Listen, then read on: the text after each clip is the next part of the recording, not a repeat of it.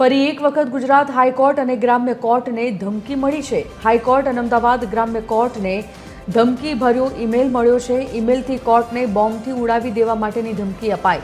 BDDS, dog squad તેમજ police પરિસરમાં તપાસ હાથ ધરાઈ છે।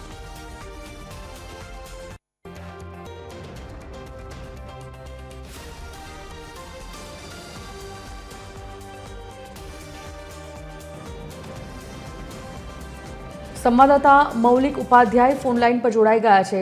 મૌલિક, ફરી એકવાર કોર્ટને બોમ્બથી ઉડાવી દેવા માટેની ધમકી ભર્યો ઈમેલ, શું વિગત અને શું સુરક્ષાના પગલાં લેવાયા છે?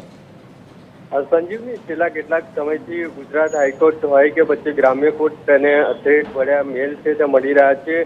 આજે ગુજરાત હાઈકોર્ટને ફરી એકવાર થ્રેટ વડ્યો મેલ છે તે મળ્યો છે। આની પહેલા પણ 2 થી 3 વાર ગુજરાત હાઈકોર્ટને આ પ્રકારના મેલ છે તે મળી ચૂક્યા છે। ત્યારે આજે સવારે આ પ્રકારનો ઈમેલ મળતા જે સ્થાનિક પોલીસ છે તે અને અન્ય જે એજન્સીઓ છે તેમના દ્વારા ગુજરાત હાઈકોર્ટમાં તપાસ છે તે હાથ ધરવામાં આવી હતી।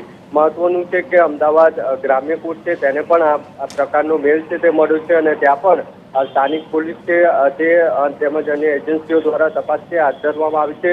ગુજરાત હાઈકોર્ટે પણ અત્યારે જે અલગ અલગ જે એજન્સીઓ છે અને સ્થાનિક પોલીસ છે તેના દ્વારા આ તપાસ છે તે હાથ ધરવામાં આવી રહી છે। ધન્યવાદ મૌલિક, જાણકારી માટે।